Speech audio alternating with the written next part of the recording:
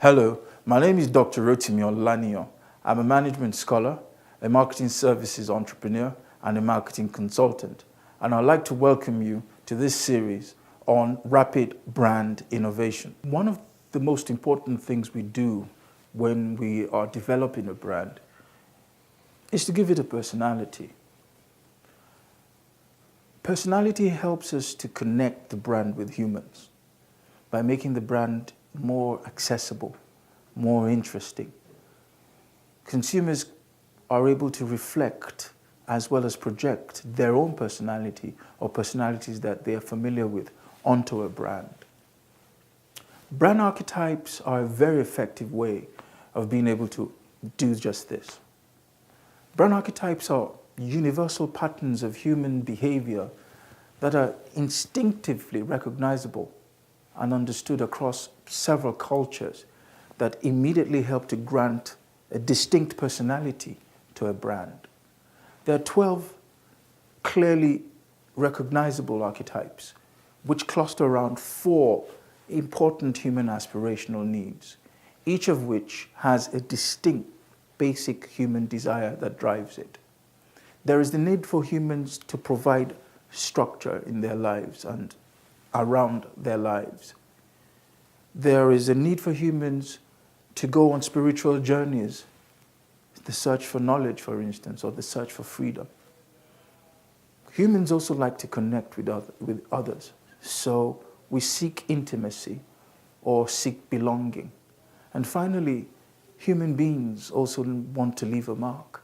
So there are humans that search for power or mastery or just liberation. These 4 important human aspirational needs help us to craft these 12 different archetypes.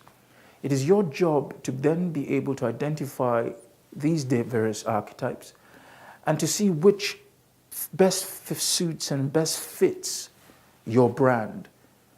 And in then being able to craft that archetype appropriately to ensure that there is a deep emotional connection between the brand and its consumer. There are 4 steps that you need to go through to be able to develop your brand's archetype. The first is that you must start with the customer and really have a clear understanding of what your customer's human desires are. The most powerful question that you can ask is, why does the customer behave the way they do? What exactly is driving them as humans? Once you're clear about that, then you can move on to identify your brand's chosen personality position.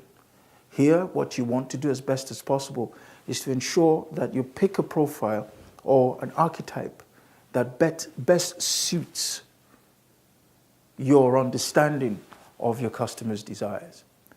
Having done that, you then move to the 3rd step, which is to adopt the right mix for your chosen personality. Here it's important to understand that, like most things in life, there might be a mix of 2 different types of archetypes. But you must be clear which is the dominant. The advice which must be given is that the dominant needs to be at least 70% of what creates or what your archetype is, while 30 can be given to another aspect that complements that predominant archetype. And then finally, you start the job of texturing your brand with opinions and attitudes. Building an archetype for your brand in many ways is like writing the story and creating characters in the movie. There must be a backstory.